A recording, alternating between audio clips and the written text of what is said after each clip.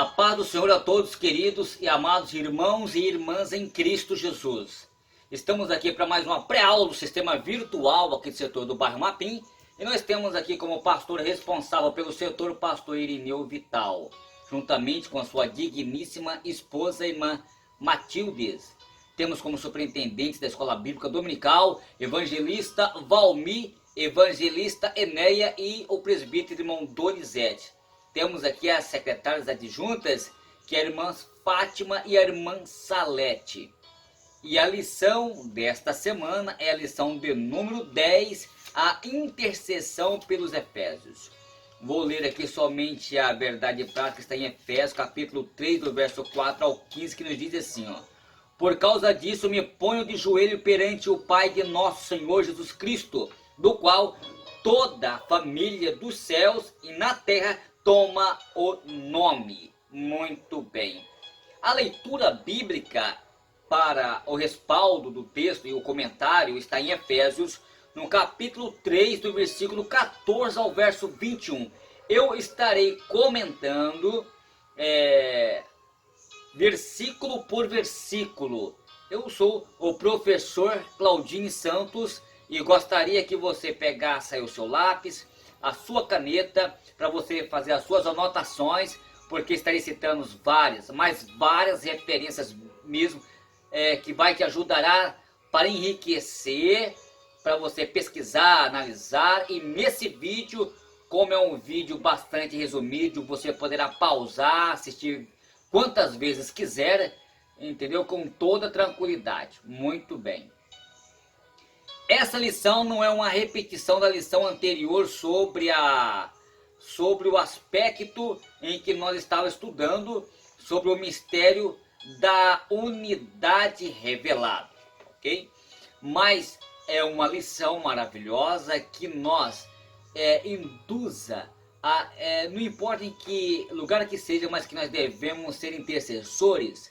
Paulo trouxe um exemplo muito importante a respeito deste assunto. Então aqui no tópico número 1, corroborando com o poder do Espírito. E no tópico número 2, arregados e fundados em amor. E no tópico de número 3, as bênçãos de Deus que excede o pensamento humano. Então estarei comentando aqui só para ajudar vocês, versículo por versículo. Tá ok? Muito bem. Deus, ele é maravilhoso em nossa vida. Quando eu observo aqui a forma ideal para uma oração.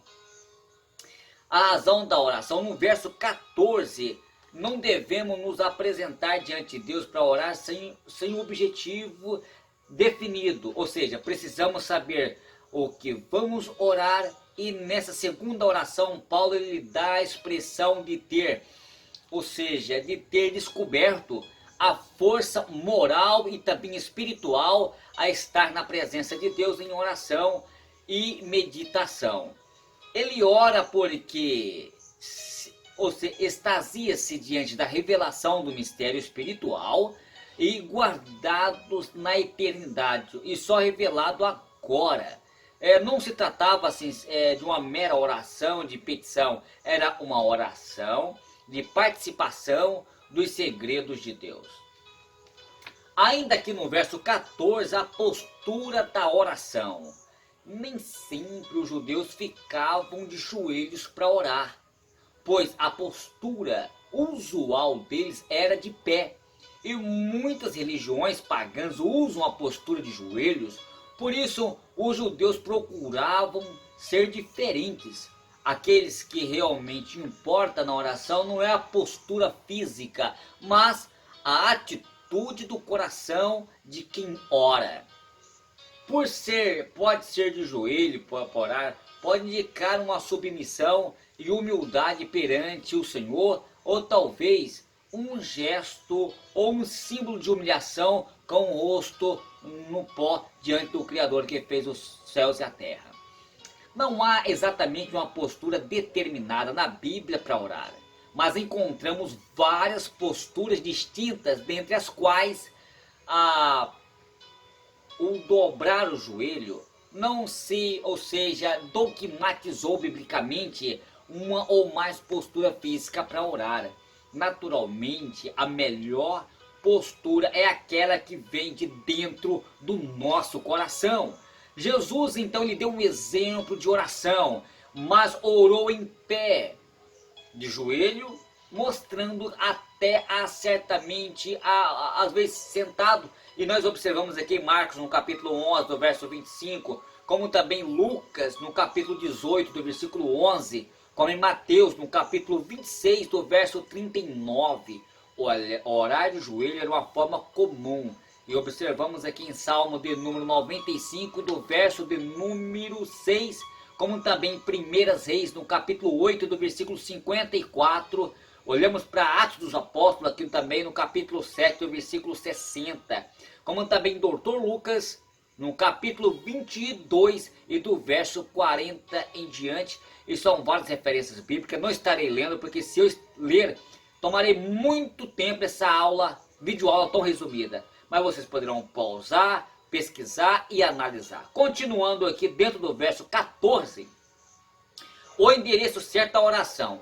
Há uma inter-relação entre essas três pessoas da Trindade. Por isso, quando oramos a Deus, nos dirigimos ao Pai, em nome do Senhor Jesus e do Espírito Santo. O Espírito Santo, ele confirma no íntimo do crente as orações feitas. Isso é fato.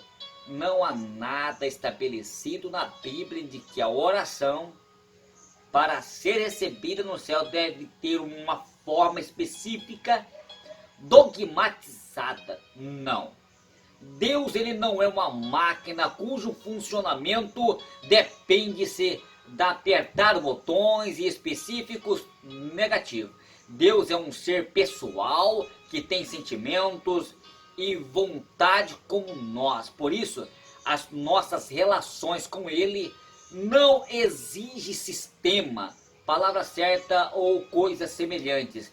Ele é Pai amoroso que ouve as nossas orações como filho. A palavra pai de família está interligadas na oração, e isto é indiscutível. Muito bem, então terminando aqui o verso 14, caminhando aqui para o verso de número 15. A relação paterna familiar entre Deus e a igreja. Uma das grandes bênçãos alcançadas pelos crentes, queridos irmãos, é de fazer parte da grande família de Deus. O texto diz: no qual todas as famílias nos céus e também na terra toma o nome. E digamos que a família de Deus inclui anjos e também homens, especialmente os que participam da vida em família. Naturalmente, os anjos que rebelaram contra o Criador e todos os seres humanos não são redimidos, não fazem parte da família de Deus. Porém, na terra, a igreja, ela é constituída dos filhos de Deus, dos quais se tornam filhos por adoção em Cristo Jesus, como está em João, no capítulo 1 e do verso 12. Muito bem, que coisa maravilhosa.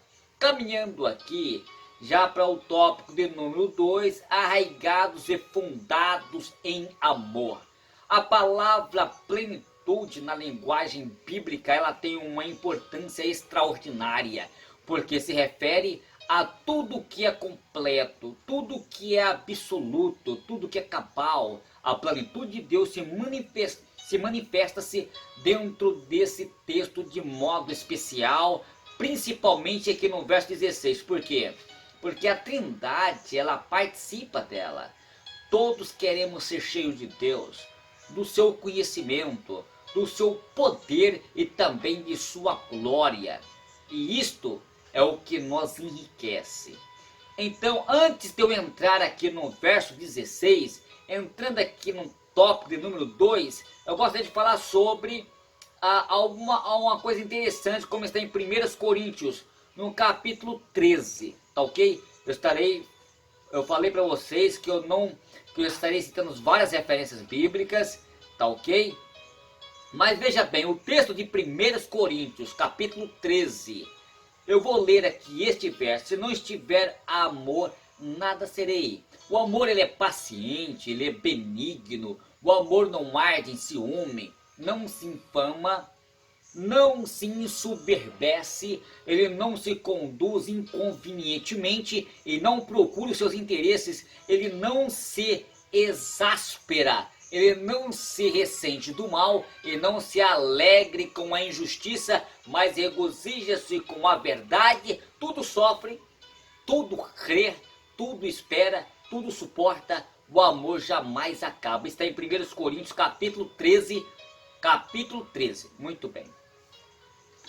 O que eu posso observar aqui dentro desse tópico número 2? Eu gostaria de comentar aqui rapidamente falando sobre 4 tipos de amor. Mas antes de eu entrar aqui, eu gostaria de falar sobre o porquê Paulo pensou a respeito desse texto.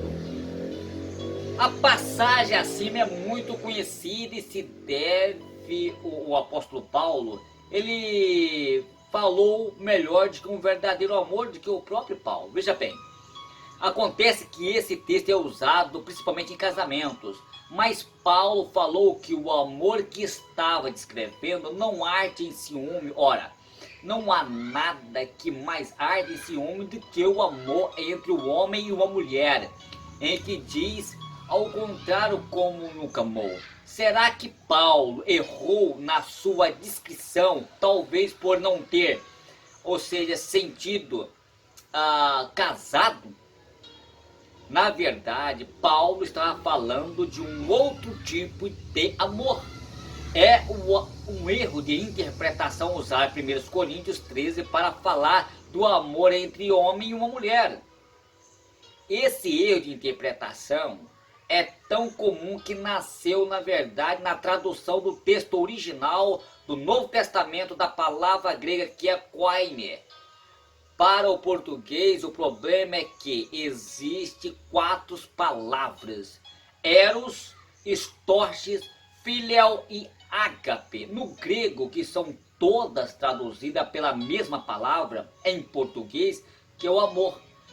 É somente o contexto ele pode permitir, queridos e amados irmãos, saber do que o autor está se referindo ou falando em cada situação particular. Tá ok? Portanto, para você fazer uma exegese do texto, é preciso você fazer uma minuciosa leitura do texto anterior e do texto posterior para você saber o que o texto quer dizer. O problema de não conseguir encontrar a palavra adequada numa língua que se traduz na outra é muito comum. Por exemplo, a palavra saudade praticamente não existe fora do português. O outro exemplo é a palavra chuva, que no japonês pode ser traduzida de 20 formas. Só para vocês terem noção, na língua portuguesa a palavra manga existe vários conceitos na semântica da língua portuguesa. Manga, mangueira, de aguar, manga de camisa, manga de fruta, que é de chupar, enfim, são vários contextos, por isso é importante ler o antes e depois do texto para você entender o que o texto quer dizer. A seguir, explico melhor os 4 tipos diferentes sentidos da palavra amor. Ela pode ter na Bíblia. Primeiro é o amor eros. Esse amor é um amor que existe entre um homem e uma mulher, incluindo os aspectos sexuais. A Bíblia ela descreve como bastante propriedade esse tipo de amor. No livro de Cantares de Salomão, escrito por Salomão, a palavra é paixão. Ela descreve uma parte desse amor entre o seu aspecto mais físico, mas o amor eros ele vai além disso. O amor eros é um amor exigente, pois espera retribuição, quer exclusividade ou sofre muito com ciúme. Esse é o amor eros, um amor avassalador, amor íntimo, amor paixão, amor pegajoso. Esse amor é entre um namorado, enfim, afeto íntimos. Muito bem. O amor storge é o amor existente entre uma mãe e os seus filhos, entre irmãos, mas não seria errado dizer que também está presente no amor de uma pessoa pelo seu cachorro, ou uma palavra no português que descreve um pouco melhor que o amor storge é a afeição. mas essa tradução não é perfeita, pois história tem um sentido mais forte do que a ambição, ou seja, história talvez seja um gesto mais simples de amor. Não existe exclusividade nem retribuição, é universal, pois todas as pessoas esperam receber tal tipo de amor. Enquanto isso não ocorre, sofre grandes traumas emocionais e bastante decepções.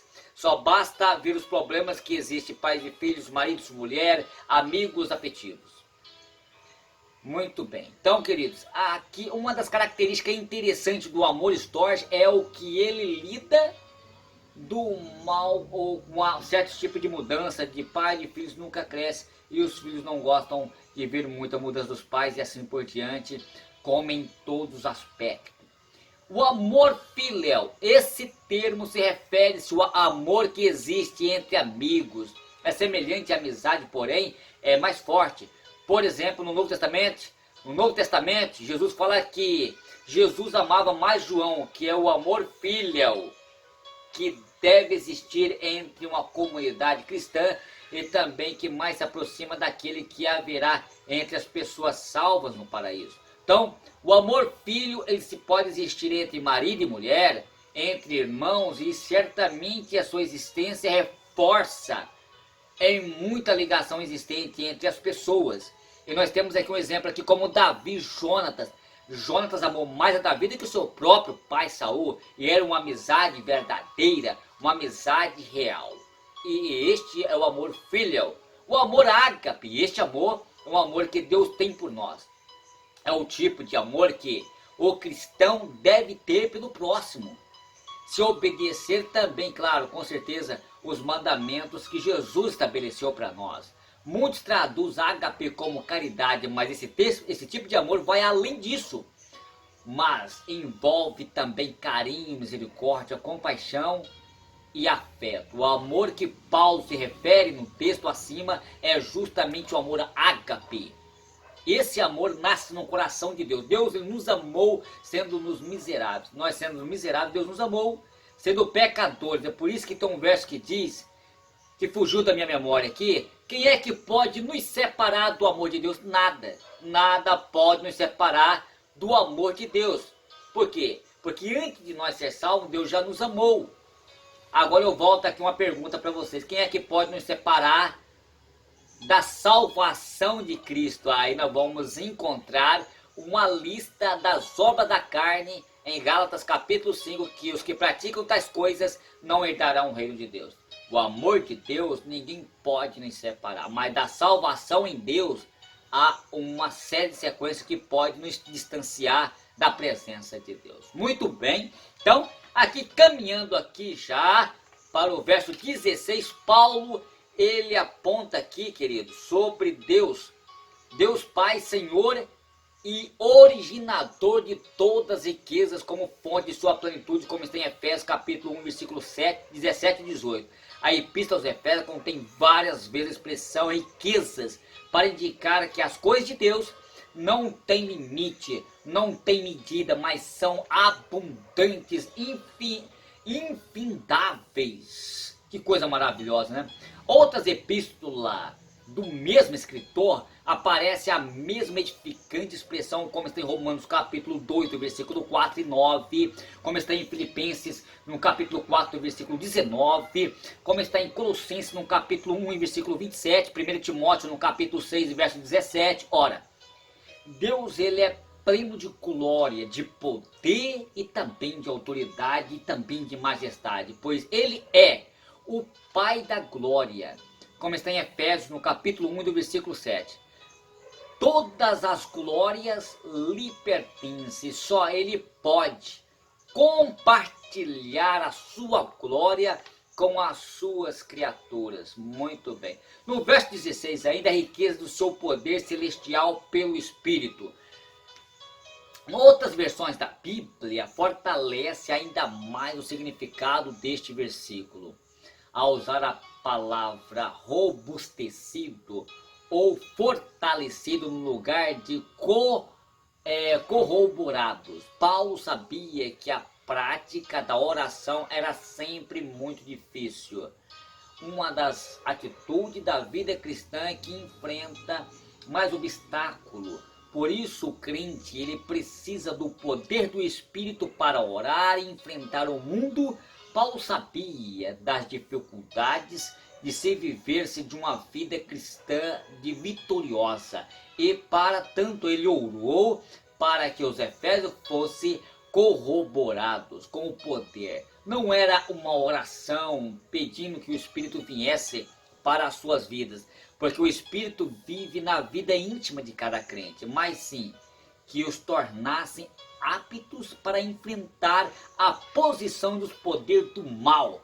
E este poder não vem de nós, mas ele emana, mas ele vem de Deus, como está em Efésios, no capítulo 2 e do verso 8 e 9. No verso 17, as riquezas da habitação de Cristo no coração. Não se trata aqui de Cristo entrar e habitar novamente no coração de um crente, como se ele fosse um estranho. Antes de tudo, a capacitação do crente por Deus para sentir, a experimentar a presença desse Cristo dentro da sua vida, fazendo o que? Fluir essa experiência para fora, como testemunho vibrante. Nós disse que é pela fé, não pelo sentimento que se sente a presença de Cristo dentro de nós. A fé, ela torna-se aqui a chave para a experiência maravilhosa em Cristo dentro de nós. A sua presença, ela flui para fora com alegria de viver, com prazer e de servi-lo. Muito bem. No verso 17 ainda, a riqueza de ser arraigados e fundados em amor. A palavra afundados e arraigados pode ter surgido de duas lembranças na mente do apóstolo Paulo: a videira e o tempo. Arraigados lembra-se de uma planta e suas raízes que estão no suporte. Jesus frisou a videira como a figura da igreja, como está em João, no capítulo 15, verso 1 ao verso 5. Ser arraigados como cristão é ser aprofundados em Cristo. Interessante isso, que coisa maravilhosa.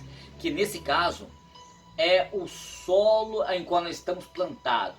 O amor, ele é a manifestação frutífera dessa árvore. O termo fundados lembra-se de uma construção em seu fundamento. Para os judeus, a construção mais suntuosa era o templo de Jerusalém. A igreja é o grande edifício de Deus na terra. Nós, salvos como templo espiritual de Deus, estamos construídos e fundados em Cristo. É o mesmo que alicerçados. A nossa vida cristã está sempre segura se estivermos fundados e alicerçados em Cristo. Se Jesus, se Deus for as suas raízes, se Jesus for o seu chão, nada pode te derrubar. Muito bem. Indo aqui para o tópico de número 3, já estou terminando aqui, findando a minha participação aqui. A bênção de Deus excede todo o pensamento e todo o entendimento humano. Eu disse para vocês que eu estarei comentando aqui versículo por versículo e já vou continuar aqui até eu terminar. Estou fazendo aqui uma minha conclusão, tá ok? Muito bem. No verso aqui, a oração, no verso 18, para poderes perfeitamente compreender. Esta palavra, ela fazem parte do conteúdo da oração de Paulo no verso 16 e também no verso 17. Ele ora pelo poder anterior na vida dos crentes. Agora aqui no verso 18 e 19, ele ora para que os crentes compreendem a importância da presença de Cristo em suas vidas. A ideia central desse último pedido é que, pelo Espírito, eles possam ter um pleno entendimento da verdade e conhecê-las com experiências pessoais. Por isso, é orar para que eles sejam arraigados e fundados no conhecimento de Cristo. Essa expressão não é concedida por intermédio pessoal de ninguém, mas é possível a todo crente que ama o Senhor Jesus receber. Ainda no verso 18, a dimensão desse amor em Cristo, o conhecimento dessa dimensão é dado a todos os santos.